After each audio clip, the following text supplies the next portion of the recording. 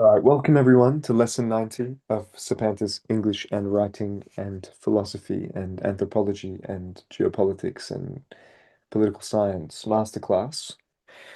Uh, I've got a question, and the question goes, how important is meta language for text response? And the answer is, meta language is important for every single writing piece ever, except creative writing, where the meta language is assumed and you kind of work in the metalinguistic techniques. Um, But in text response, and especially argument analysis, if you're not using meta language to describe a scene, the stage, a play, the film techniques, the actual linguistics behind the use of the language in an argument analysis, you will struggle to communicate to the examiner kind of that depth of understanding that they need to grasp from you. Does that make sense? Right? So meta language is important, being able to use film techniques, being able to describe word classes, understanding that the use of an adverb, creates this like, incredibly powerful way of description. Because it's one thing to use an adjective, which is to describe a noun, an object, a person, a thing, an abstract idea. But the ability to use an adverb really well, that is next level. Because think about how powerful of a thinker and writer you are if you can use the right adverb. You describe the manner in which an action takes place. That is so dynamic. That is so nuanced. Being able to describe the manner in which an action takes place accurately and precisely using an adverb, incredibly important. And Ruth Fix expanded on that. What about book-specific meta language? Very important, right? Like weaponization is a huge metalinguistic term for a book like Born a Crime, right?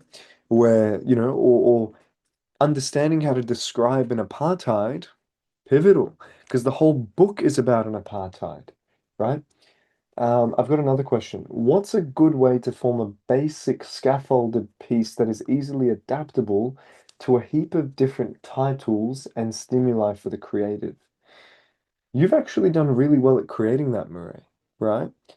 In fact, when it comes to a scaffold, I'll pull this across, and I'm going to answer this with today's writing that I'm going to do, right? So first of all, the most important thing, right? The most important thing is actually write a piece in the first place, right? Or adapt a really good creative piece that came before you from the top student that you took it from. And this is probably the best option slash most efficient option. Okay? In the process of adapting their piece to fit your style, you will realize the way you will then adapt your own piece to fit the stimuli given to you on exam day. Understood? Oh, is my screen paused? Can you guys see my typing? No, you can. You're good. So, with my live writing today, I will demonstrate how to do the above. Fair? And I've got another question. What is meta language? I still don't fully get it. Meta language, you know how in Fortnite or video games, they're like, that's the new meta, right?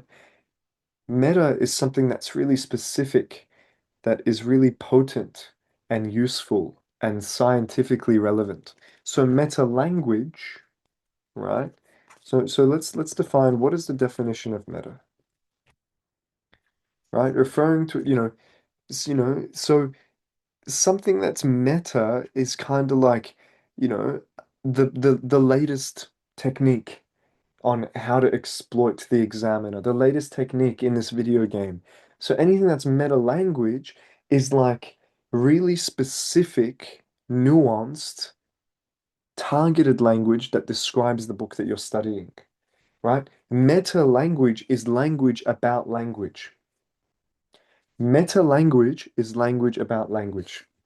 Any language that you use to describe language is meta language, right?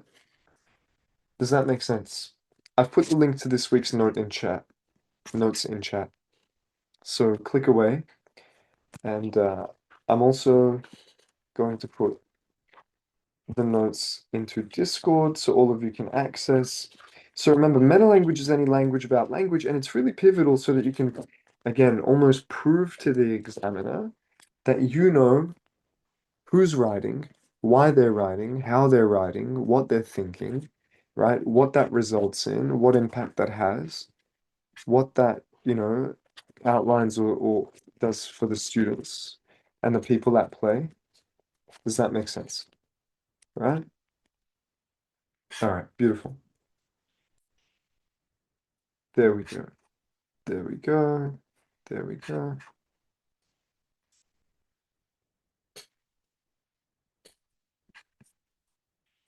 All right. If you guys want to request the notes in chat, I'll give you an example.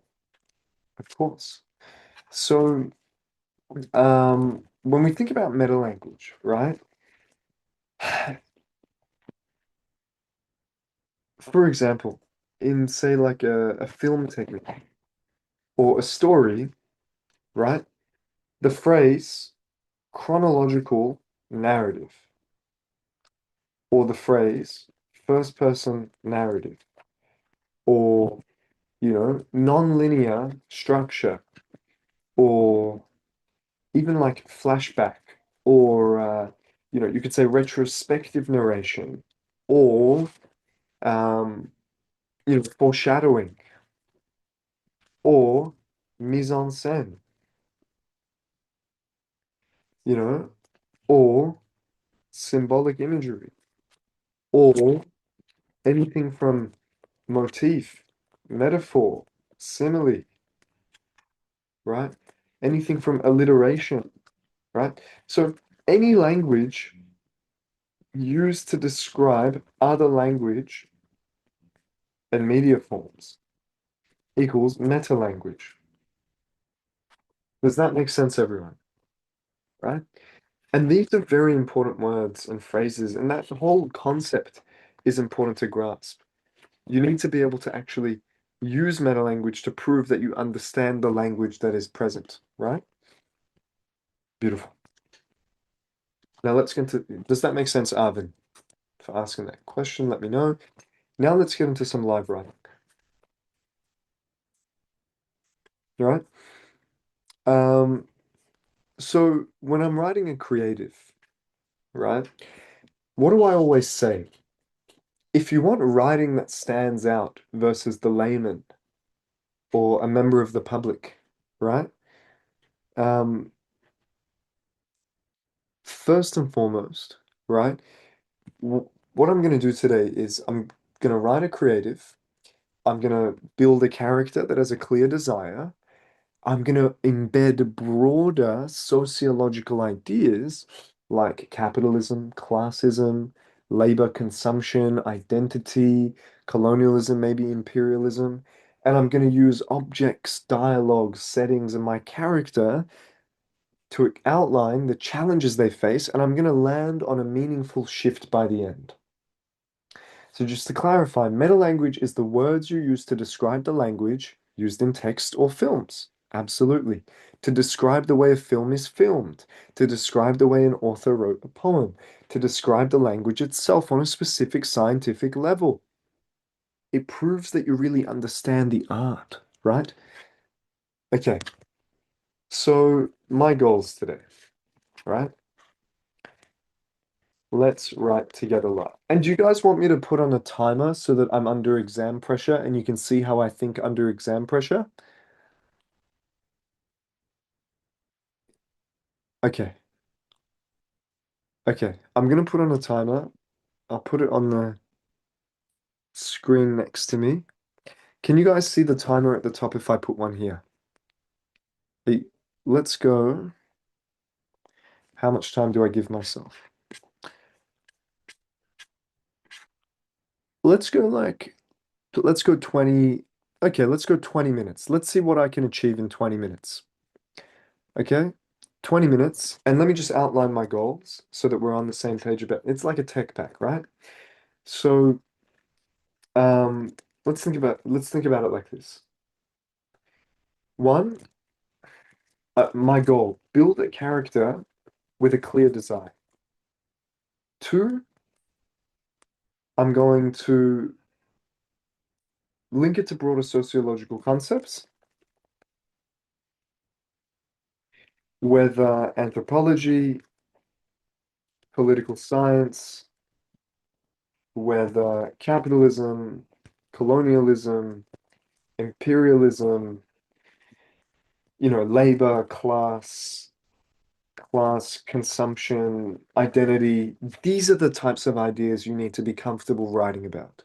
All the keywords I'm using here. My third, and that goes for all of you sitting the JMSS selective, the MHS exams, those of you in years 7 and 8 who might be sitting private school scholarship exams, who are, you're here to extend yourselves, right? Understand that being aware of those ideas means you're sophisticated, you can impress any examiner. And finally, the most important thing, right? I need to land on a meaningful ending that ties together all of my ideas by the end. Again, I'm constantly looking at chat. If you ask me questions, I'm here. Ask me questions. Okay? So I'm going to put myself under exam conditions. And then, Yasmin, after I've written it in full, I'm going to go through the steps of how I got there, what I was thinking, the step by step. Okay? Is that fair? Does that make sense?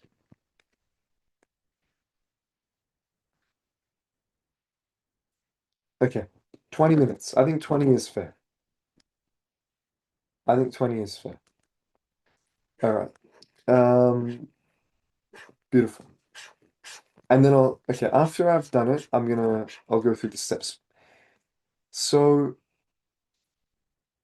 I don't know if this is a proper question, but does creative mean how broad something can be made up? No, creative writing is just writing fiction in a way that is,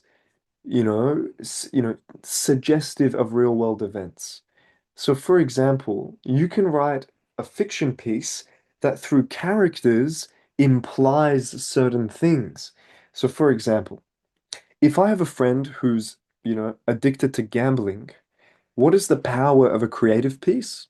If I get him to read a creative piece about a character who's addicted to something that might not even be gambling, and if I can depict the emotional consumption of being addicted to anything at all in this world, indirectly through that creative, I harness the power of influencing him and bringing him out of that void of gambling addiction.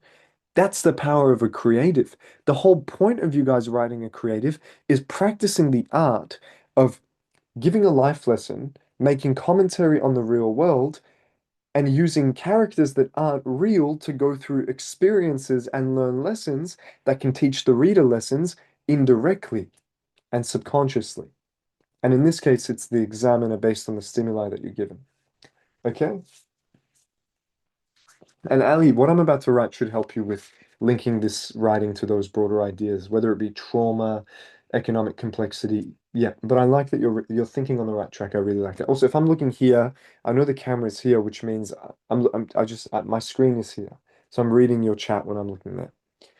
Okay, let's get into it. So, let me start the timer. 20 minutes. And Arvin, yes, that counts. Now, 20 minutes. Okay, so creative writing, I want to link it to broader concepts. I'm thinking of really high yield settings. Like, I love talking about, wars. I love writing about, economic concepts. I love, for all I care, even like imagine two people meet in a hospital waiting room. These are classic settings and scenarios I'm going to give you after. With today, I'm going to go with a grocery store, right? Um, let's talk, right? So, grocery store, there's so much imagery, the food, the purchasing, the labor, the money exchanged, like the struggle, the anxiety of going to the grocery store. There's a lot you can do with a grocery store, right? Fantastic, right? Just classic. So, um, and I'm gonna use my own anecdotes. Like, when I go to pay and it asks me for the reward card, and I think, "Fuck, what use is a reward card here? Do I need to use it?" Right? We're gonna play on real life events, right? So I'm gonna start with the checkout machine asked, let's go let's go with his no, Mina. Our main character is gonna be Mina, right? The checkout machine asks Mina for her loyalty card, right? Uh, for her loyalty card. Full stop. That's how we're gonna start. So far, oh, yeah, the time is going. You just can't see it from there. Look, I've already got 18 and a half minutes to go. Can you see that? No, it's there. It's good. Just look in the top right. Look there. So the checkout machine asks Mina for her loyalty card. Already you're kind of thinking, what is this story about? What is it trying to, say, communicate, achieve, so on and so on. So the machine asked Mina for a loyalty card like it was asking, you know, like what am I thinking next?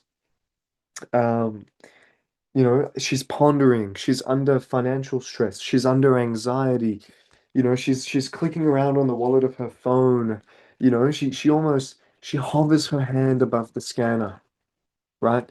When she hovers her hand above the scanner, her, let's say her fingers are almost stiff from the cold outside. She's holding her phone all day, right? The procrastination, these youthful challenges that we face, right? Fingers cold and stiff, not only from the cold, but from holding her phone all day, right? Deep in procrastination, deep in chronic procrastination, right?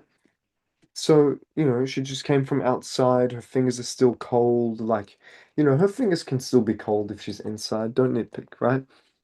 So I might say, you know, the screen was glowing with an attractive orange hue, just, almost reeling her in to to to scan her rewards card, right? You know, at the prospect of the latest new reward that she'd have to sacrifice, you know, the next $20 for, right? So how these rewards and this challenge of going for the rewards is always going to benefit the company that gives it to you anyway, right? It didn't really care that she had counted coins last night to be able to go grocery shopping. What it does care about is that she has that rewards card, or, it doesn't care that she's eaten instant noodles, right? At the end of the day, right? So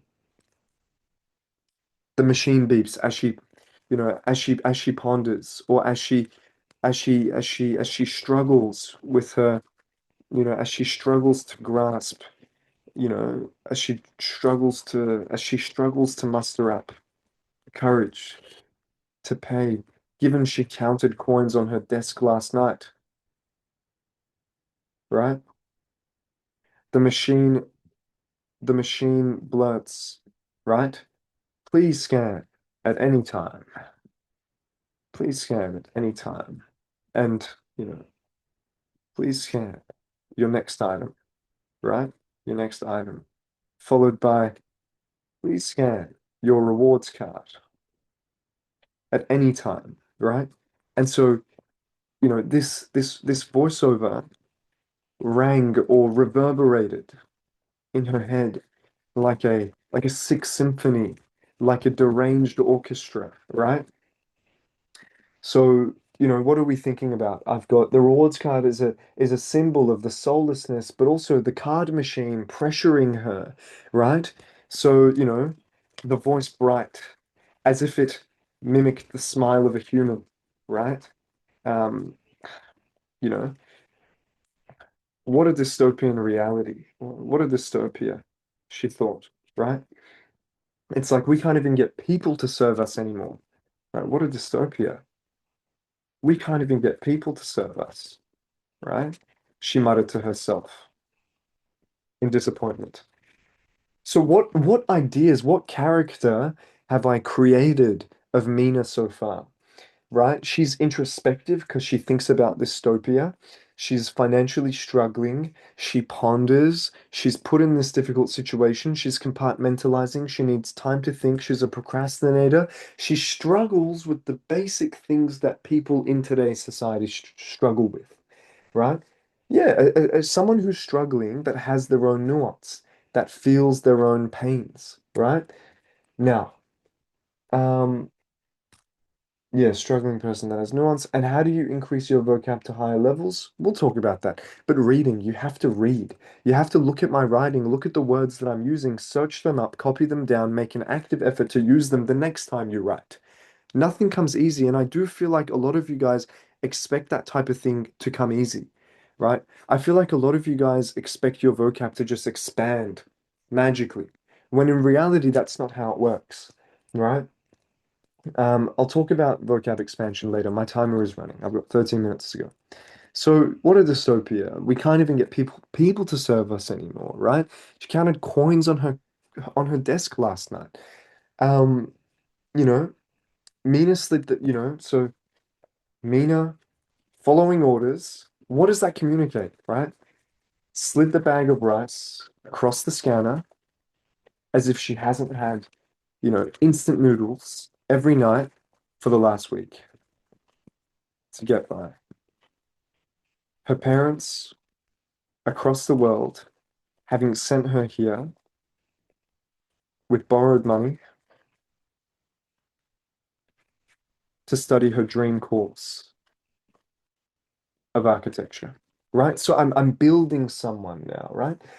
Maybe she's spending more than she has. Yeah, sure. Beautiful, right? So these ideas of like, think about now I'm communicating that there's family pressure on her, right? There's financial obligations. She's studying across the world. Her family's far from her. She's living alone. She's isolated. So someone who's emotionally intelligent creates a story that tugs at your heartstrings, right? Let's keep going. And it's, the bag of rice, 5 kilograms, full stop. I'm going to use a fragment sentence there, right? And I'll talk about how the weight of it pulled her wrist down, right? It tugged at her wrist. And maybe I can talk about how that's, familiar where she comes from, right? I'm getting some nice ideas. We'll talk about it after. That's good, right? Weight of it pulled her wrist down. Familiar and steady. Predictable for her. Just another Tuesday, right?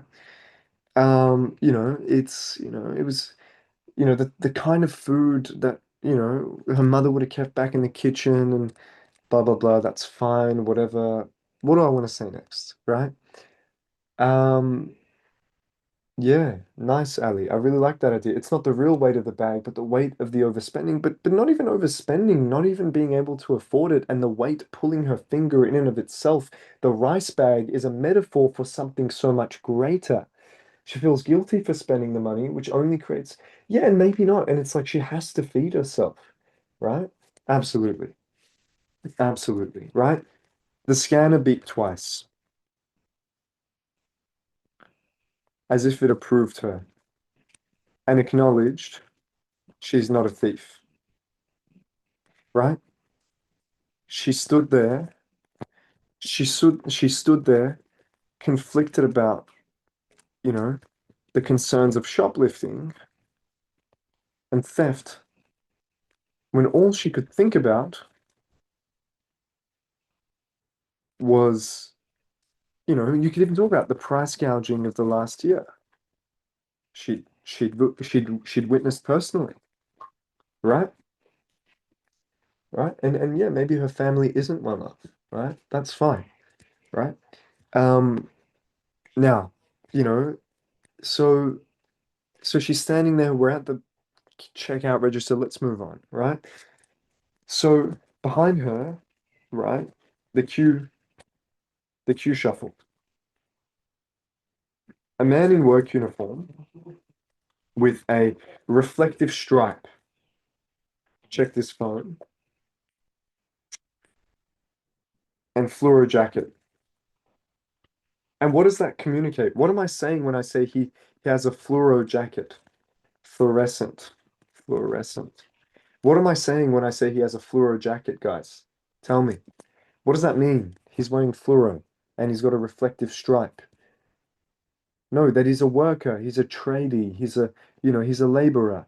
Yeah, exactly right. Can you guys imagine that? Guys, you guys have lost your imagination because TikTok has made you dopamine slot monsters, right? Get that imagination back, right? You know, Fluorescent checked his phone, with his deteriorating, deteriorating thumb joint, scrolling and flicking on autopilot, right? Um, Another woman with a full trolley, right, looked at Mina's basket and then looked away quickly like she'd seen something private. Looked at Mina's, accidentally locked eyes with Mina's basket, right? Hurrying to look away, as if she'd witnessed an atrocity, right? So what am I implying? I'm implying that people are disappointed in the depth of like, man, like it's almost shameful. They feel ashamed that this poor girl has to buy just like rice and survive on the food she's eating, right? So I'll get to the questions in chat, right? Now, let's keep going. So at this point, right, um, I kind of want to talk about how, you know, um, maybe there's a staff member intervening and she's kind of getting all these ideas about, say, capitalism or where the world has come, what the world has come to, right? Mina couldn't help. Mina wanted, all Mina wanted was to get out of there as soon as possible, back to the refuge of her small dorm, right? Um, Now let's keep going. So, you know, at this point, let's think about it like this, right? We could link it to her migration, we could link it to her economic complications, um, we could link it to, how she really spent her last dollar on the items she was buying, um, and every day feels measurable for her, right? Um, so which direction am I going to take it in? Am I going to go in the economic direction, in the trauma direction? I don't really want to repeat the weight metaphor right now. I want to get to like her leaving and going home, right? She packed her groceries quickly, right? Hands moving fast, um, almost angrily, right? Again, adverb is really powerful, right? Um, you know, she looked at, um, her student card, her bank card, her license from another country that no one here had ever asked to see, right? And we kind of want to now branch into the broader sociological concepts. I feel like I've really set the scene. You have an idea about the pain that she's going through and all of the difficulty that she's in, and there's a lot of subtext here about the sociological concepts, the economic difficulties, the struggles, her pain, her inability to afford her groceries, right? And ideally there's space here to talk about some stimuli. Um, but at this stage, right, I think I'm going to take the stark realization about, say, capitalism, right? Um, and I might go for something like, you know, at the end of the day, right? Or something of, you know, she packed her groceries, got home, hands moving fast, almost angrily, right? Um, the perpetual struggle she faced, you know, even after assuming migration to what everybody called the First World, right? The perpetual struggle she faced, even after assuming migration, uh, even after even after migration to what everybody called the First World, um, had hit her harder than ever, right? And then you might get into something about, you know, you know, you know, as she typed in her journal, as she typed into her journal for the night, God, what's happened? It feels like everything is just a game of attention, profit, consumption. Um, attention, profit, and consumption.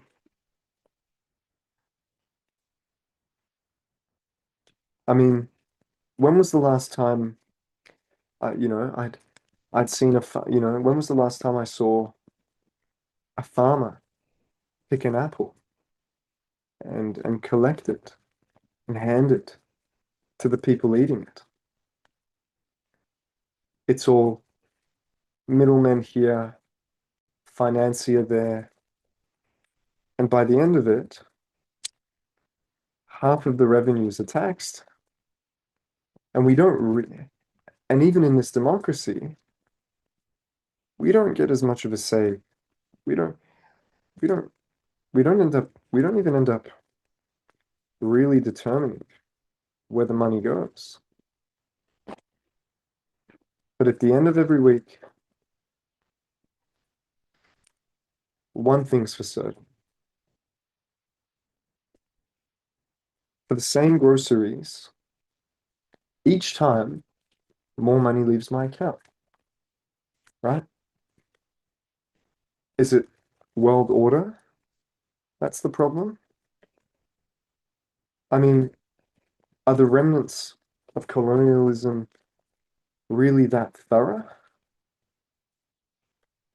Who determines the prices of these apples? The rice, the weight on my shoulders.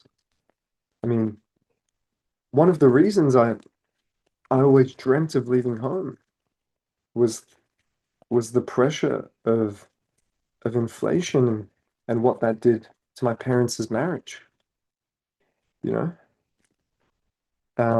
So I'm kind of creating an in-story journal, an in-story monologue, an in-story moment, right? And Ali said slavery in clocked by the New World Order portrayed. You could say the first world is a loop. Okay, link back to the bigger picture, right? And so do you guys see how I'm creating a moment of realization, right? And I'm kind of playing from the outside and I'm playing from the inside, right? Um, you know, even though she felt small in this vast world, alone in her dorm, hopeless and left, hopeless and left without reason to pursue change. Her introspection and intellectualization, I would even just say she felt small in this vast world, alone in her dorm, hopeless and without reason to pursue change, right? Her introspection and intellectualization would only lead to greater nihilism, you know, thinking back to better times, back home, even while starving, right? Well, the joy of play, right? So that's my timer. It's 20 minutes, right? And I was explaining as I went, but the joy of play, right? Not knowing that one day the starvation of, the famine of her childhood, emotional, physical, and nutritional, might extend to what they all perceived as utopia, the first world, right? Beautiful. Okay, so what do you think, guys? So, what do you think about this story? What did you learn from it? And do you have any critiques for me? Do you take any issues with how I wrote it? Tell me in chat.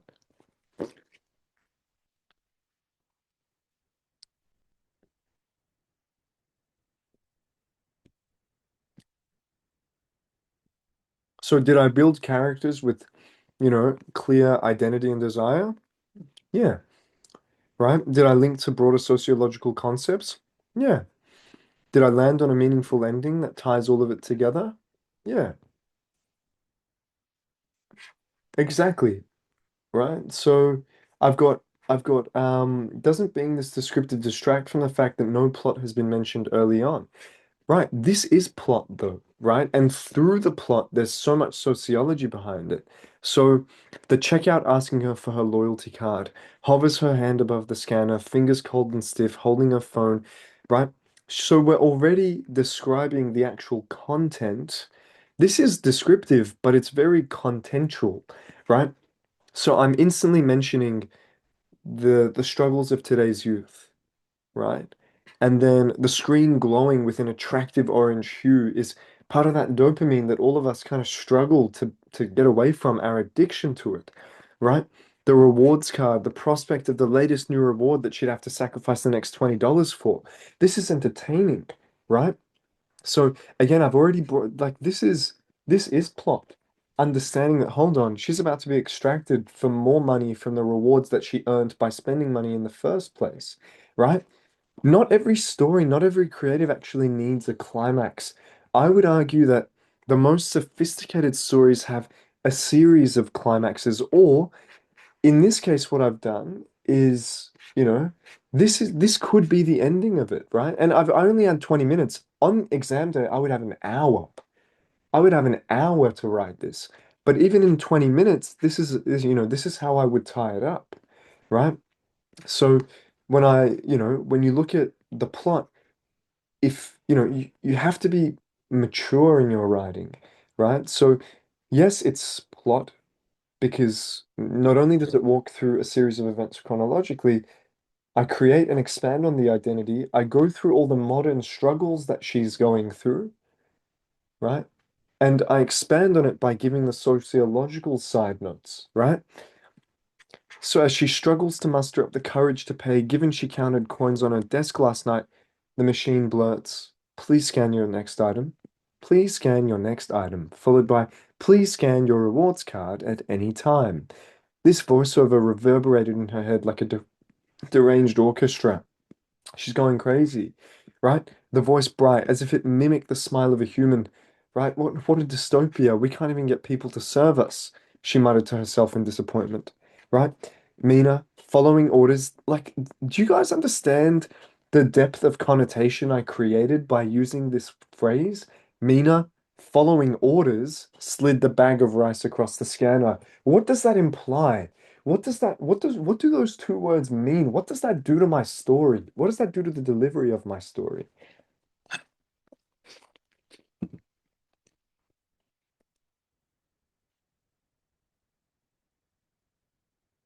Tell me. I need you all to tell me, what do these two words actually achieve?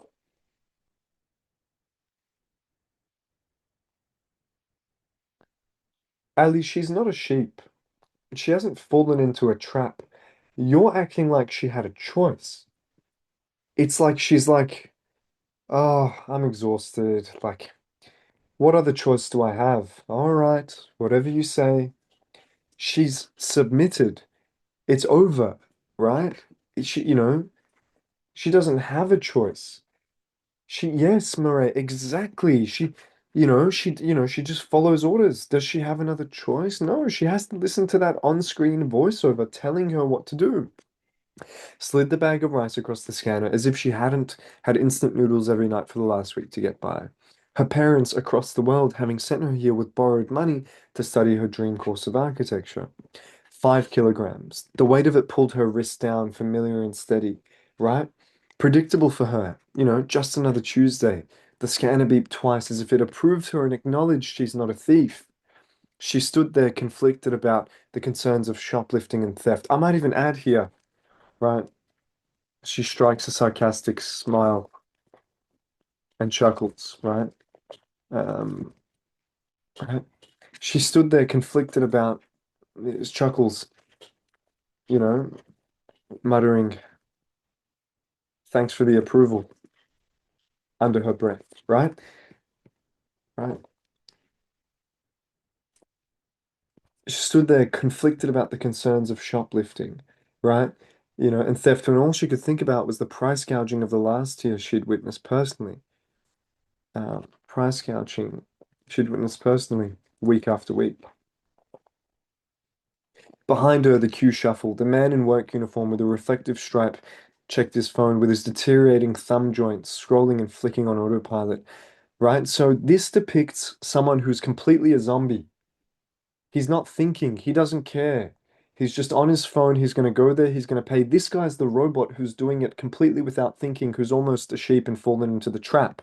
And then here, another woman with a full trolley, so wealthy or living in prosperity, accidentally locked eyes with Mina's basket, hurrying to look away as if she'd witnessed an atrocity. Right? So, like, the difference between class and socioeconomic status, and how that woman didn't want to look at this girl getting a bag of rice and struggling to pay because, like, this is like a clear allegory to wealthy people wanting to distance themselves from the misery of the poor. All Mina wanted was to get out of there as soon as possible, back to the refuge of her small dorm.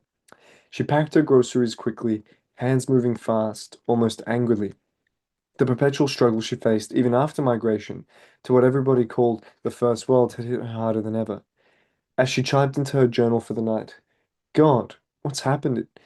You know, I'll even just say she typed into her journal for the night. It feels like everything is just a game of attention, profit, and consumption. And I'll even say wrote. I mean, when was the last time I saw a farmer pick an apple, collect it, and hand it to the people eating it? I mean, it's all middlemen here, financier there, and by the end of it, half of the revenues are taxed. And even in this democracy, we don't even, and even in this democracy, we don't end up really determining where the money goes. But at the end of every week, one thing's for certain. For the same groceries each time, more money seems to leave my account. Is it world order that's the problem? I mean, are the remnants of colonialism really that thorough? Who determines the prices of these apples, the rice, the weight on my shoulders? From the apples to the rice to the weight on her shoulders, do you see the ascending increase in weight on her shoulders? Apples small, rice 5 kilos, weight on her shoulders, a whole universe worth of weight on her shoulders. One of the reasons I always dreamt of leaving home was the pressure of inflation and what that did to my parents' marriage. She felt small in this vast world, alone in her dorm, hopeless and without reason to pursue change. Her introspection and intellectualization would only lead to greater nihilism, thinking back to better times, back home, even while starving. The joy of play, not knowing that one day the famine of her childhood, emotional, physical, and nutritional, might extend to what they all perceived as utopia, the first world, right? Now wow, these are fantastic. They pretend like everyone is living in prosperity because the abolition of the middle class has split almost like an apartheid in South Africa. Creative. I've got, you provide different levels of being, stuffed in a sense. They don't want to think about the less prosperous because it's easier to pretend like the poor don't exist. Precisely. It shows that maybe she's been kidnapped into the reality of studying abroad. Nice.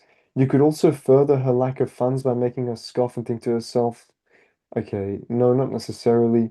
And Ruthvik, yeah, you can separate your creative into as many paragraphs as possible, right? And really, the climax is this end bit.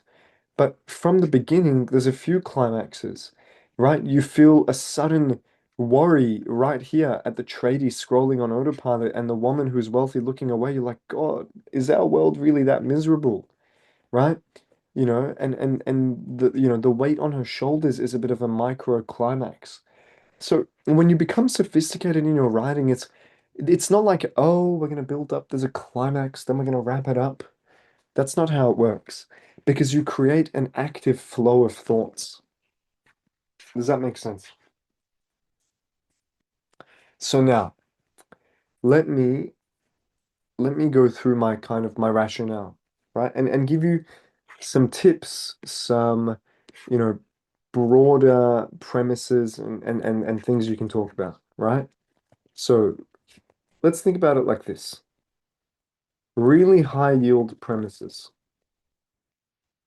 I love grocery stores. I love stories that are based in grocery stores, about grocery stores, right? Anywhere with humans exchanging words, feelings, and money, right? Let's go like that. Grocery stores, or I love job interviews, anthropology wise, hospitals slash waiting rooms in in hospitals. What else is really good? Any ideas?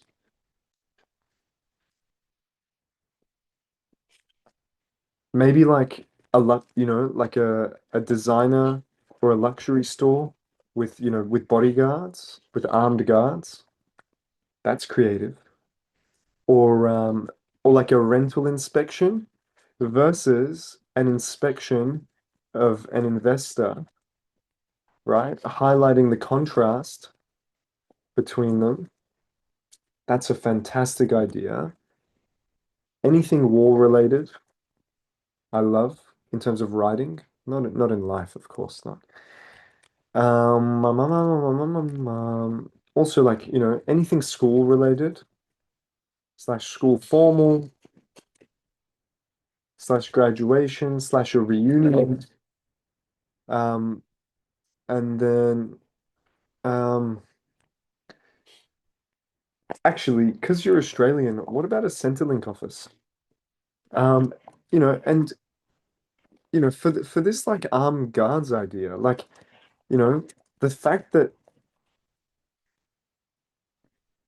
more money is being invested in the preservation of material goods in that situation, and it looks like a sick cycle of capitalism, right? So we're ready to harm humans over material goods that are not consumable, but aesthetic and vanity based, right? Um, and I've got a question. So, very important to understand. I've got, what is capitalism? Capitalism is a system of an economy where people can have unlimited money, by basically everything in capitalism is about profit. So capitalism is where if you have a company, the biggest priority is profit and increasing profit for shareholders or people that own that company. And you can do anything to get there. You can destroy the environment, you can use slave labor, you can do a monopoly, you can get corrupt funding. Capitalism is like laws of the jungle, like it's it's where people, individuals own factories from the first step to production to distribution, and you can have middlemen and everybody profits, but the people that make the product, the people on the other side who do the labor, make less than 1/10 or less than 1/100th or less than 1/1,000,000th of the people that sell it. So you can have a guy like Elon Musk with $1 trillion who can pick presidents and start wars and kill 1 million people if he wants to, kill 10 million people if he wants to, and build his own nuclear weapons as one single individual. And that's okay because, you know, capitalism works in such a way where individuals can own everything, right? Um, so free market capitalism is like the government has minimal interference and it's just laws of the jungle. It's a battle of how many people can I pay the least to extract the most profit from. It's the way that most of the world these days functions. But what it creates, it has some positives because it means anything that is a good solution for society in capitalism, people will pay attention to as business ideas and get it done and going faster because they're motivated out of greed because they can make infinite money from it. And that creates some market competition. But when capitalism goes too far and you have really successful businesses, they create monopolies. So Facebook, Meta, who owns Instagram and Facebook and so on, or Larry Ellison that owns TikTok, Paramount, Netflix, Warner Brothers, and every entertainment source on earth, they control everything that up to billions of people see, which is pretty unfair because you can't have one person determining what billions of people see. Right? That's called late stage capitalism. That's when capitalism collapses into oligarchy, which is what we're seeing now. And oligarchy is when a few people pretty much have most of the money in the world. So in a country like India, something crazy like, the top 1% have like, 80% of the country's wealth, right? Top 1% in India have how much of India's wealth? Let's see, it'll be outrageous. Whatever it is, it's outrageous. Like, right? So top one, so like just like in India, they have about the top 10%, the top 1% has 40% of the country's total wealth, not accounting for tax evasion. With tax evasion and foreign assets, it's more than 40%, I promise you, right? But that's crazy, which means in 1.5 billion people, right, about 15 million, right, roughly, have, you know, 15 million people have almost half, if not, I'd say more than half of the whole country's wealth. So 15 million have more wealth than 600 million people minimum, right? So how is it fair that 15 million have as much money as 800 million? That's obviously not fair, right? But it's a sick system that we live in. But so far in our current structure of the world, we needed capitalism to get here, right? We needed it to get to this stage before we progress further, right? It's given us a lot. Capitalism has developed us. It's given us so much. It's given us a lot to think about. But now we're in a period that we need to transition, right? Um, you know, so that's what it is. Does that make sense? So now back here, right? Desirable settings, high yield premises, right? So let's we can, and largely ideas to discuss, right? The unfairness of labor versus owner of the company, the unfairness of being a laborer versus being an owner of a company, right? Um, Ali, yes, that's uneducated. I'll explain later, right? Labor and worth. You can also talk about, identity and that individual's social position and construction. You should always, talk about shame and the need to perform in the world we live in. Everything is a facade on one hand for those who are inauthentic. Slash, it feels like we need to put up a facade to survive. Slash, capitalistic structures mean we have to override our well-being to succeed financially in most cases. And that's part of the game. That's part of life, and that's okay, right? Um, Beautiful. And the fact that, most relationships are transactional, right? If you can write about these ideas, then you will naturally create a fantastic novel and narrative and creative piece because the best creative books ever were about these ideas.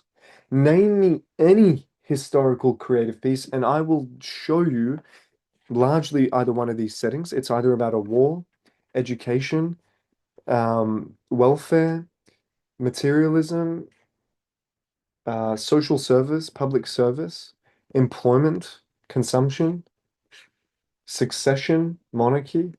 The best creative pieces ever were about these ideas, right? Maria, we've worked on that. The last piece I sent you relates those sociologic premises into it. But message me on Discord and send me the next iteration and I'll work it into your writing even more, right? And you don't need to always talk about a war. That's not that's not the right approach. It's not about, oh, my writing has to talk about a war. No, but your writing has to show that you're more than just like, sorry, more than just a retard. Because most kids can only really write about basic day-to-day things and sadness and emotions. Step back, zoom out. Talk to me about things that are beyond basic emotions and chronology, right? You impress your teacher by giving them ideas they haven't even thought of before, right? That's huge. Next. So, yep, most relationships are transactional.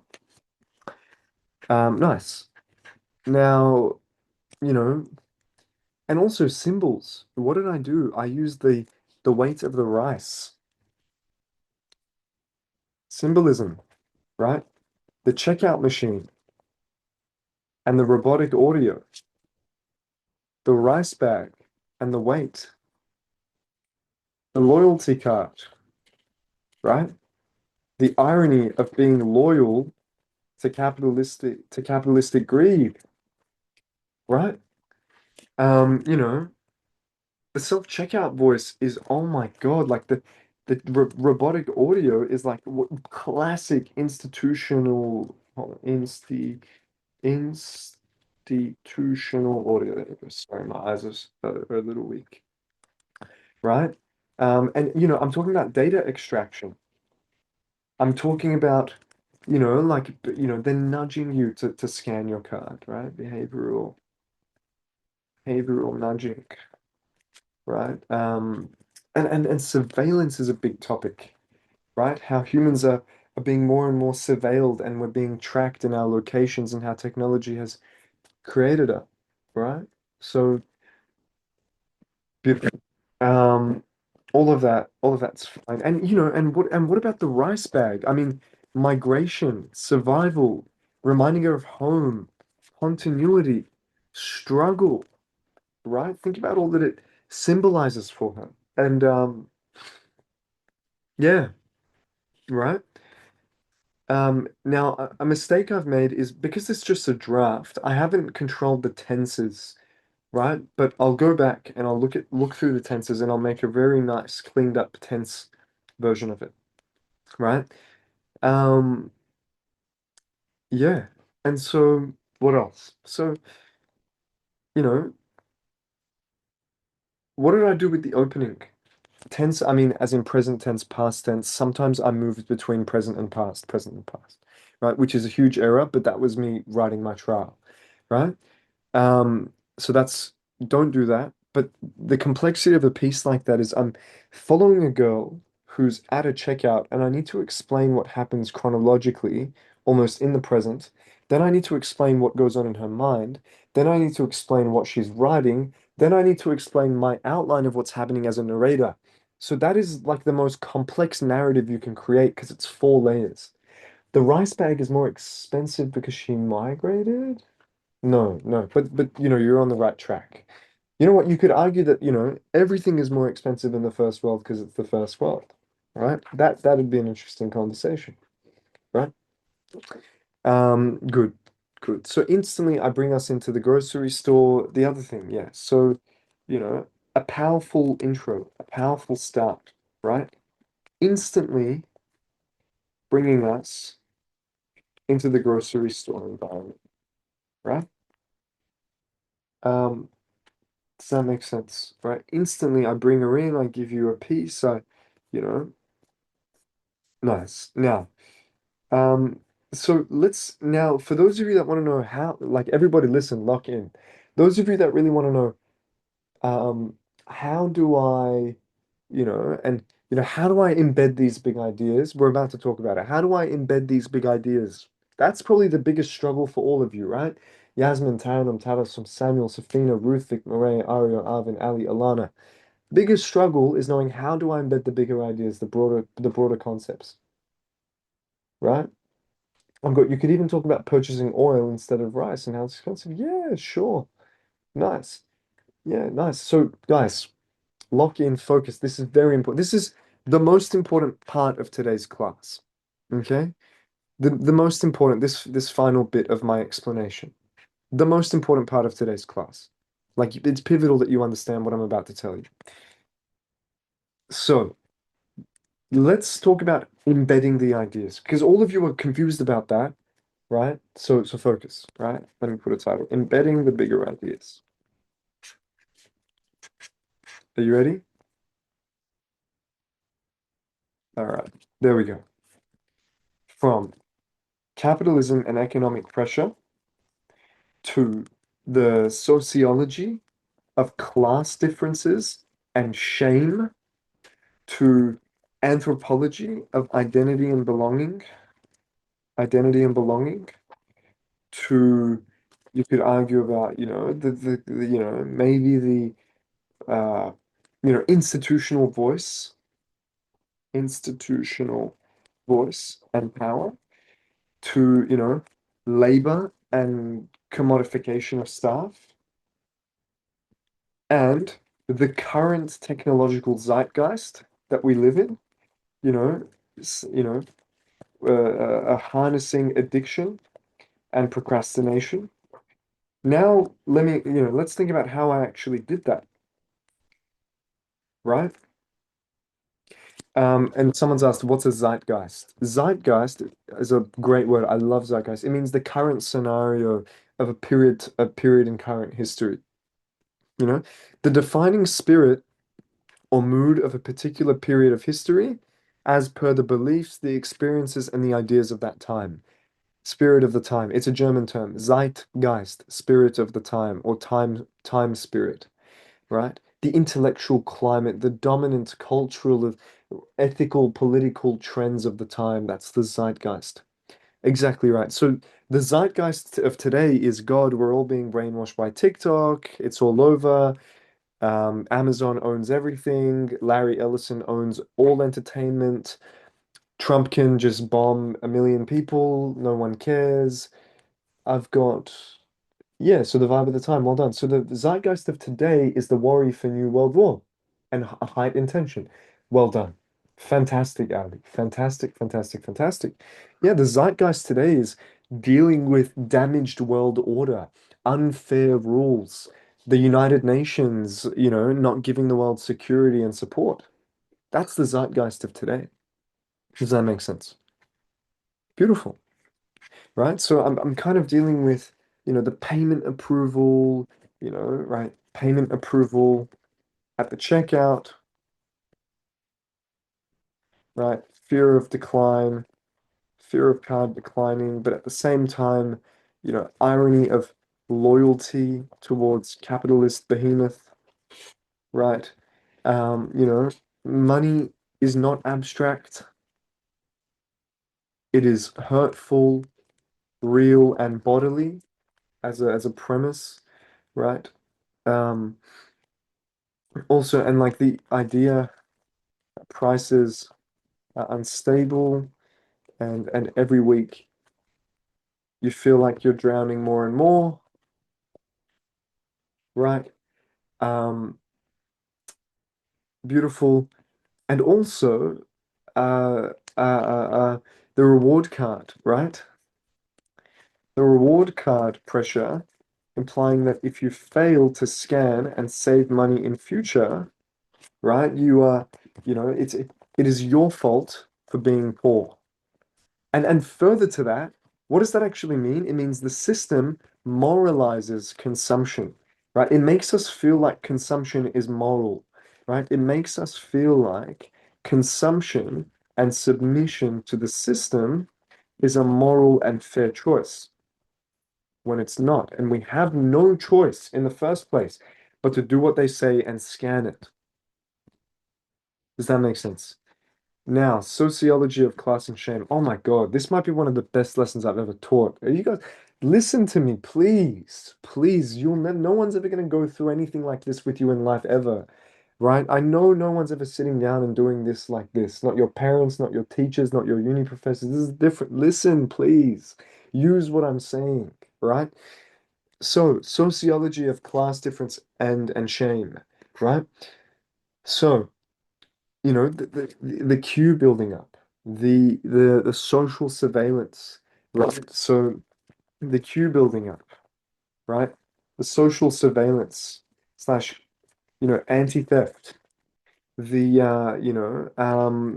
it's like, being seen as broke and the perception of that from a distance, plus the shame of it, right? Does that make sense? And then the wealthy lady with a full trolley. But the other thing is, guys, this is the art of that. Listen, listen, listen. We actually do not know if that lady is wealthy or not. We have no idea. She just has a full trolley, right? All I tell you is that she has a full trolley, is that she has a full trolley, which means a plethora of potential things, right? She could have, she could be running a facade. She could be an overspender. She could be under equal pressure and might have lots of kids to feed with no choice. Or she could just be disgustingly wealthy. But do you see how I create ambiguity? Do you see the ambiguity, right? Does that make sense? Right? Um, Anthropology, no, we're going to talk about the addiction and procrastination. This is the tradie scrolling on autopilot, and I actually visualize it further with the sore thumb joint, right? Absolutely. And the labor and the commoditization of self and stuff, right? So, you know, um, she's already cal she's almost calculating her next paycheck and her next shift while standing at the present checkout counter, right? So her time, attention, and body are fully monetized as a vessel for production without controlling the profits she generates, right? Unless she also gives into capitalism and takes the risk of becoming a business owner, right? Which means she could crash and burn, have to, she could crash and burn or have to rely on, say, slave labor or whatever it might be. Who cares, right? Um, and then, right, anthropology, and the identity and belonging, right? I've got, Ali, I don't know what you want me to put in simpler terms, but clarify that message and I'll do it. So the anthropology of identity and belonging. So first of all, Rice as continuity and constant variable of what home felt like to her, right? Um, right? And just to simplify this, right? So she's constantly thinking about her next paycheck, right? When that shouldn't be how we live, right? And then further to that, her company basically owns her and her activity, her mind, her thoughts, her time and body, right? That's what that means. The rice is a constant variable, right? The migration memory, the the domestic culture of eating rice, right? Rice equals home for her specifically, right? Yeah, so her whole conscience is taken up by these sorts of issues. Absolutely. Um, yeah, beautiful. And then this institutional voice and power, right? So, you know, when it comes to institutional voice and power, it's again like the self-checkout voice is the friendly voice of bureaucracy, you can say, right? Which means, seriously, which means like, you know, which means the company doesn't even get humans to suggest it, but depersonalizes the matter and separates themselves from needing to put it to participate in such you know, just in such a greedy maneuver of making you loyal to them while they price gouge you, right? So think about the depth of this, the story and the ideas of this council. Mhm. Um, you know, beautiful. All right, all of that there now to kind of um, put it all together, right? Notice what I did not do. What I did not directly do. Oh, can you guys hear me? Is my mic back? So yeah, just to reiterate, right? The company basically outsources their own responsibility of asking you to engage with this whole loyalty system, right? So now notice what I did not directly do in this story. I did not say capitalism exploits people. I did not explain anything about class theory. I did not give a lecture about about institutionalization, institutionalization, institutionalization. Beautiful. Okay. Um, Instead, what did I do? And this is what matters. Instead, what did I do? Anyone have any ideas? What did I do instead? You know, I made this theme almost live inside my world, right? Live inside my world. And in this singular moment of pressure at the checkout, right?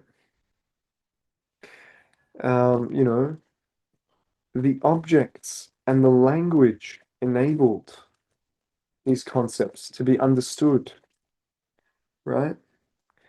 And I made Mina, my main character, react earnestly and emotionally to resonate with the reader, with my own audience.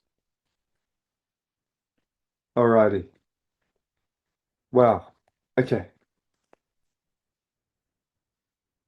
You didn't show the things you didn't show things too obviously. You didn't directly do the work for the reader. You made the reader work for it and their own understanding correct. You guided the reader's mind instead of forcing their mind into the place that you wanted it to be correct. Okay, so at this point, Alana, Ali, Arvin, Ario, Murray, Ruthvik, Safina, Samuel, Taras, and Taranum, Yasmin, tell me one thing you've learnt. Tell me one thing you've learnt tonight, or something you've realized, or a question that you still have, right? Talk to me. Or even, if you have no questions, say no questions and just tell me something that you've learnt. I've got one response, two responses. Come on, guys. Yasmin, Taranum, Taras, Samuel, Safina, Ruthvik, Murray, Ario, Arvin, Ali, Alana. I've got three. Come on. Not to be too direct in our writing and make our readers kind of figure some things out, like a game. Nice. Zeitgeist means the general vibe of the world in a given time. It's okay to imply ideas in writing. You don't need to spell it out. Not every creative needs to be plot heavy with a climax in regards to actual physical events that occur. In creative writing, you can't obviously state the intention of your writing, but you give clues and you walk it through, you walk the reader through it. You got to really layer your creative story, correct, Ruthik? How to incorporate quotes in your writing and express my ideas in a way that's not too direct, but still, you know, and still vague, but communicates the message. I've learned how to embody the sociological concepts into my creative writing. I learned that description allows the audience to visualize. Imagery wins over overt explanation.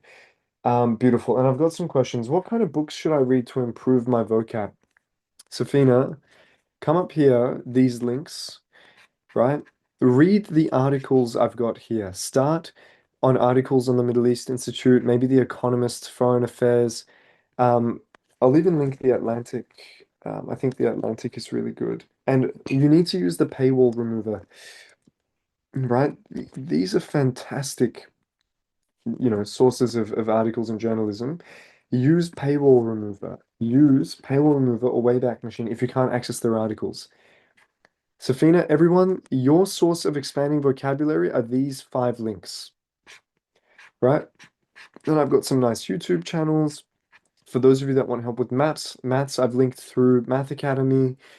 I've got academic journals, ethics, bioethics journals. For those of you that are really keen, I've got some, it's important that you've read, I think at some point in your life, the Communist Manifesto. World War II was so pivotal. I've linked Mein Kampf. Look at the uncolonized countries of the world. Look at this techno-feudalism article, some particular ethics articles I like. Um, Norway's $1.8 trillion sovereign wealth fund, and this other document that teaches you how sovereign wealth funds work. If you have extra time and you enjoy it, go for it, right? I've got, um, and someone's given me a great link for bypassing articles. Thank you, Aria. I've got this is another option for bypassing articles if you want to link it. Okay, I'm also going to put that from now on into the notes. Beautiful. Thank you, Ario. That's there forever now. Um, and I've got you kind of have to grab the reader's hand instead of their wrist. Low key, the news has helped me a lot in my writing. Yeah, yes, absolutely. Yes, I've been reading more of the things you're telling me. Yes, that's good. Very nice. I've got, yeah, nice. I've got this session was very interesting. I'm really glad.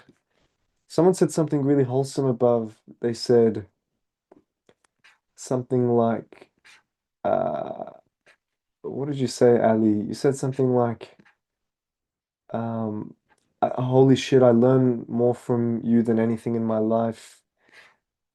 I mean, I wish there were better resources and the world could be this way, but it's not. Vox YouTube on top. Love this session like a lot. I backed that up. Damn, you guys are bouncing off each other. Thank you. I appreciate that. Um, I'm gonna stop the recording here. We have time. I can stick around. Does anyone have the energy to write? And what time are you guys sleeping?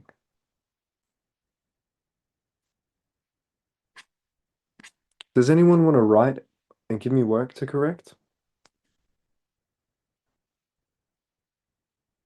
Beautiful. Let's write. Let's just do a 10-minute piece. If you're tired and you need to study and you have a sack, that's fine. Leave. Go do what you need to do. Sleep early. Do what you need to do. Whoever wants to stick around, write. We're going to do a short 10-minute piece. Alana said I got heaps out of today. Thank you. You're very welcome. You're very welcome. Man, I wish the world could watch these lectures, but I'd be like Prof. Jiang. I'll watch whatever you tell us, gangster. Thank you, Ruthvik. Thank you, boss. Thank you, bye. You're very welcome. Twinsky. What does that mean? Okay, so whoever needs to leave, leave, so that I know who's here to write. Ali, Arvin, Ario, Murray, Ruthvik, Safina, Samuel, and Yasmin. Are you all on board to write? The eight of you? We're gonna do a 10-minute speed writing session. Thank you, Ario. That means the world. Don't worry, you don't, guys, you don't need to. This is all right. Ali's just talking about glaze now. Don't worry. This I appreciate that. Thank you, Ario. All right, all right. Okay, who's here? Samuel, don't worry if you're tired. What's the call? What's the play? Everyone here, Arvin, Ario, Murray, Safina, Samuel, Yasmin. Are you on to write? Or you can just stick around and guys, and for those of you that can we turn on some cameras and unmute and have some conversation? I'm gonna start a 10-minute timer. We're gonna do a short 10-minute. Don't worry, you don't need to write anything remotely good. Let's go. 10-minute speed writing, and I just want you to come up with a creative deliberation. I'll turn on my camera if everyone else does it too. All right. Do we have anyone who's brave enough to turn on a camera? God, this is what social media has done to us. There we go. Safina turned on a camera. Ario turned on a camera. Beautiful. Hey, Ario, what's going on? Thank you. Hey, Safina. Oh, Oh man, good to see you, Safina. I haven't seen your face in years. This is so good since we all met online. All right. Who else? We've got a couple. Oh, Yasmin's on. What's going on? Don't worry. Hey. Okay. All right. This is gonna be a very like personal lock-in session. Okay.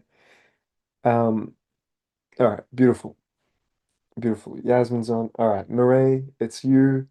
Samuel's laptop, I don't think it has a camera working because the options are there, and Arvin if you want. Okay, so 10 minutes speed writing.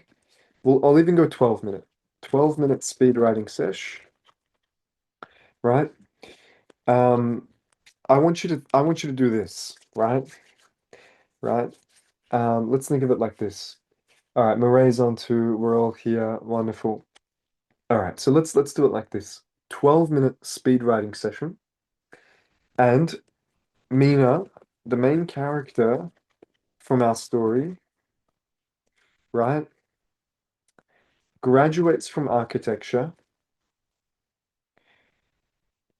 flies back home, let's say to Egypt, right? She goes back, Mina goes back to Egypt where they need her most, right? Flies back home to Egypt, just miscellaneous country. And then walk me through a first person POV of her explaining, of her comparing, you know, the struggles back home to the struggles she faced in Australia, right? So whatever, it could be Egypt, I don't care what country it is, as long as it's in somewhat in the developing world, I'm not really concerned. Do what you need to do. So Mina, the main character, graduates from architecture, flies back home to Egypt, you know, gets a great job and works for a lower salary than what she's worth, altruistically to give back to her, to her people and do what she can. And that's okay, Yasmin, you do that. That's fine. To give back to her people, altruistic to give back to her people, um, and do what she can. Right. So effectively living a sacrificial life. So she basically sacrifices herself for the betterment of broader Egypt. Okay, 12 minutes. I'm so excited. Thank you for sticking around. It makes me so happy to know that you guys are willing to stay up past 9 p.m. to do this shit. That makes me so happy. There's almost a tear in my eye. Okay, 12 minutes. Timer starts now. It just needs to be, one paragraph. That's okay, Oreo, don't worry. The light hurts his eyes or whatever. Come on, bro. The light hurts your eyes.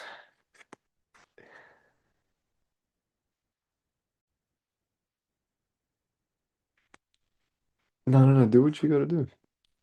You sound like a troglodyte.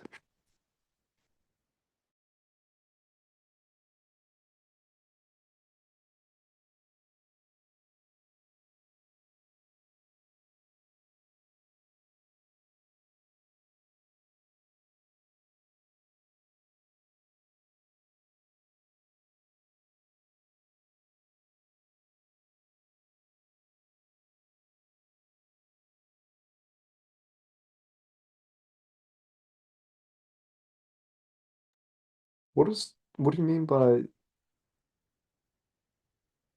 yeah, yeah, twiddling your thumbs. Yeah, twiddling your thumbs, sure.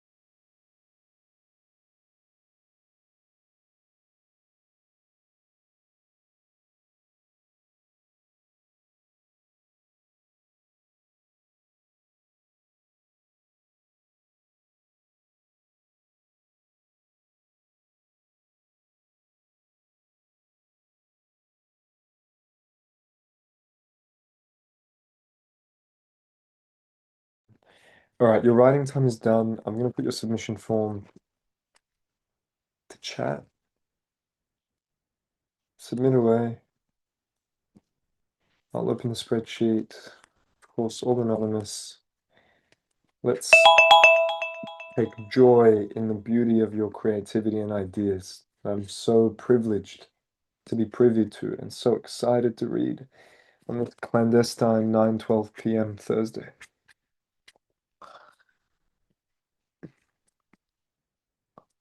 All right. Wow. So many submissions. Look at you. The five of you that are here right now at 9:13 out of love of the game, when I said everyone can go home. Whoever wants to stick around and write and wants to have some DNMs together, the guys real ones. Real ones. Okay. Okay. So I've got three submissions. Who is left?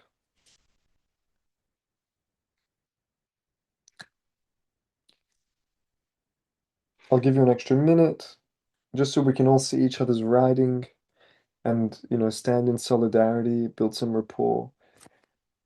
Ario says, "We love you, Pookie." Damn, cheers, dog. You need to go to sleep. That's what you need to do. All right. Let's go. Are you ready? Like you can talk. What the hell? You're still at you. Oh, like you can talk. You're still at uni or something. No, I'm in my room. But it will be a 6 a.m. wake up. But as long as I sleep by 11, that's I'm happy with that. I'll get the same deep sleep whether I sleep 7 hours or nine, so it's no big deal. All right, are we ready? I've got three. Okay, I'm gonna correct. First idea we have. Laughter filled the room. My cousin scooped another generous portion onto my plate and smiled with a pureness in his, not pureness, but purity, right? His eyes that I'd long forgotten.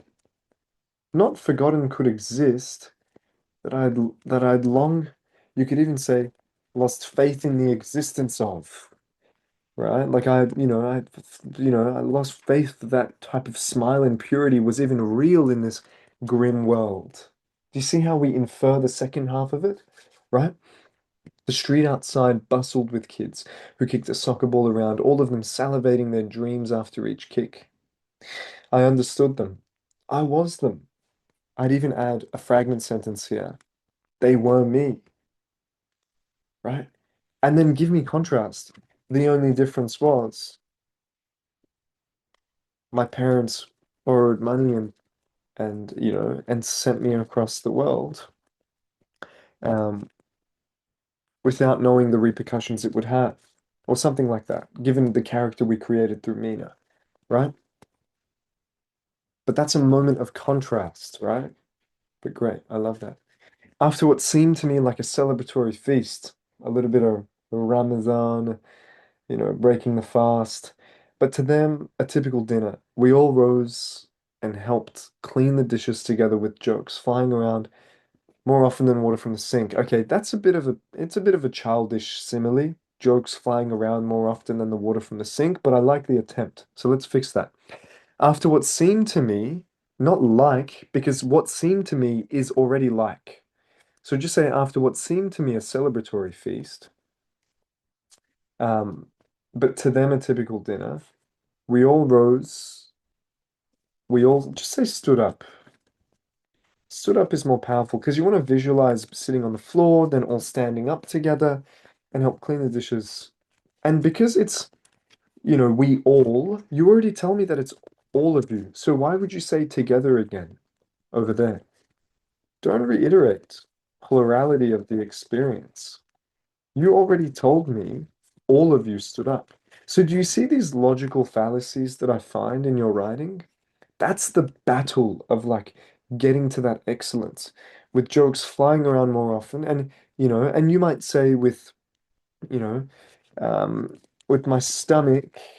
know, my stomach cramping from the laughter at all the jokes flying around.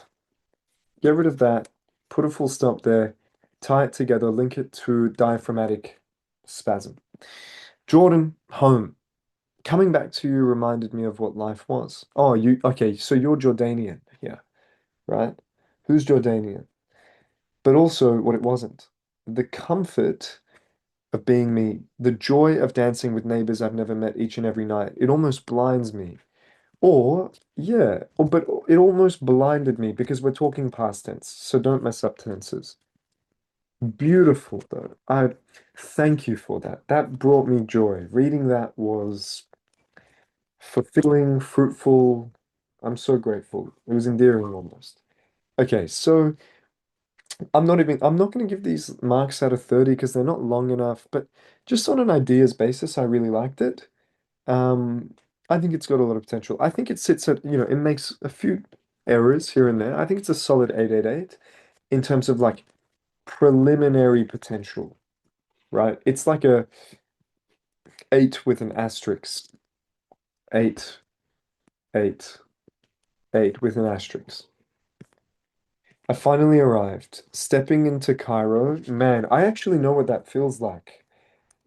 Wow, you guys just took me back. Stepping into Cairo. I'm not Egyptian, but when I was 18, 19, I left Australia alone without telling my parents actually as well. I went to Egypt on my own. That was like that was like traveling on hard mode. It was crazy. And yeah, I literally, when this says stepping into Cairo, I didn't speak the language. I can read Arabic. I can survive maybe, but it was difficult. The scamming, oh, the anxiety of being alone, taking a bus through the desert on my own to Siwa, to the Libyan border. Oh my God. Stepping into a world I knew the most, but never truly belonged to. It was around 10 years ago when I packed my suitcase, my laptop, and my dreams to live in a country 14,400 kilometers far from home called Australia. I struggled a lot in that country, from the language to the cultural customs and the loneliness of being far from family. I was a foreign student constantly trying to find my place in a world that didn't quite feel like mine, right? And here, a foreign student thinking about her dad in design studio class, her mum in construction class, and her little brother in architectural history, completely lost between the, don't say current and the past, but the present and the past. God, I love this and I love that, right? Very talented, worked in emotions so well into the story, very tactile and tacit, right? This is, it's just, it's short, so I can't really predict what score it'll get, but it's incredible. And I could never do that alone, but the world is unfair. So if I was a girl, I'd also fear that. It was already dangerous doing it alone as a boy, 18, 19 years old, but it built me. It really built me. It was crazy. Oh, what a time to be alive. And then I went to Tunisia and Morocco, then Oman, and then Japan. That was after first year uni. I'd worked, I saved up money. I was like, I deserve this. I need to go. And I skied in Japan. Oh, what a time, man. I'm already looking back like, damn, it's all over for me. Oh, man. No, but every year I've been doing similar things. May 29th, I'm going to Brazil. It'll be a good time. But I see it, and then Mexico for the World Cup. It'll be Brazil, Uruguay, Argentina, Chile, and Mexico. 20 days. What a time. Looking out the window, the hunchback ghetto. What's ghetto? What the hell is ghetto? And Arvin, of course, send me work on Discord, please. What's ghetto? Like, what's it? I've never seen that word. Ghetto hunchback. Like Quasimodo? Oh, ghetto in grandfather in Arabic. Ah, hunchback. Okay, you got to clarify that. The examiner's not going to know that. The hunchback Arab grandfather, nicknamed Geddo, right? Ge is a very Egyptian thing. Other Arabs can't say ge. Makes his way closer and closer, cupping his hand, tears forming. Anything for 1 pound. His clothing skims the dusty road, motorbike wheels flying over his gown. I avoid eye contact, wanting to help, knowing my salary is stable enough, but not near enough what I would be making in Australia. Capitalize. It's like all those years spent away from home, away from family, away from tradition, could all have just been spent here. Australia was great, cleaner, modern, everything in their own lane, but it was missing the passion of happiness and the simplicity of the poorest of Egyptians. God, if you can write like this on the exam, I swear to God, you're going to do well. I swear to God. Like, this is what I want you to depict. It's crazy that my geographical location determined my worth from birth. Is the world all luck? Did I ever even have a chance? Or would I ever even have had a chance if I was born in XYZ in, whatever? That's the idea I'm trying to communicate, right? Make that past tense. Through paper notes and silver coins, the same degree and certificate. Okay, you've got and, get rid of the and of there. Don't want to repeat yourself twice. This same degree, certificate, and years spent studying in Australia could have landed me in an entirely different lifestyle. That's a big grammatical error. Be careful not to use when it starts with a vowel in the next word. A wealthier one, but not a happier one. Away, alone. And this, let's get rid of that, right? Like so. Not near family or passion or simplicity. Spent in my one-bedroom apartment on the kitchen bench, counting all the coins I could find, hoping it would be enough for my grocery trip of the week. I despise depending on the money left from my parents who were back home. I did what I had to. Some would have called me poor, living from paycheck to paycheck. However, the minute I step back, I think it's paycheck to paycheck because you're not checking something, you're writing a check. The minute I step back into the crazy cigarette smell and dusty airport, it's like my what was once poverty. It's like what was once poverty to me transformed into wealth at the end. The value didn't matter. The the material value didn't matter so much. Didn't matter so much to me, if you want to say it like that. I struggle from time to time, ending a heavy uni day in my apartment with 2-minute instant noodles, staring towards the dirtiness of the gown as the man steps away from Bobo's car, accepting his reality. I feel him. Me, now, comma, right? To make me pause, give me suspense, having the stability I didn't back then. I get it. And maybe I needed to experience all that I did to establish this gratitude all along, like that. Something of a closing, but this is like, asterisk 999, asterisk 999. I mean, like grammatically, there are errors that have to put that at 8 and that at 8. But I mean, this is like, 26 plus prelim potential, preliminary. It's really good. It's fantastic. All right. Yes, don't write words that examiners don't know in terms of especially not foreign languages. You'll get marked down. Beautiful. I sit down on the cold hard chair, twiddling my thumbs as if they might somehow release the tension built inside me. My pulse began to drum in my ears, almost drowning out the quiet hum in the room from the faulty globe, whilst the interviewer settles into her seat with the calm presence of someone who has done this 100 times before. Okay, settles into her seat, comma. Okay, now this student has chosen to write on the interview, the job interview, and that's fine, I don't mind. Comma, I need some breaks here. These sentences were a little bit too long. Just marginally, right? Just marginally. Her laptop screen started to glow with a soft yellow hue whilst my feet, almost of their own accord, began a nervous tremor beneath the table. In this moment, the interview felt, because oh no, you're going past tense. Um, okay, it's still begin. In this moment, it feels less like a conversation and more like a performance. I straightened my back, forced confidence in my posture, rehearsing the version of myself I wanted to see over in my mind. My feet, almost their own accord, commenced a nervous tremor. Okay, don't repeat this. Don't repeat yourself. Don't repeat yourself. But great idea, great visualization.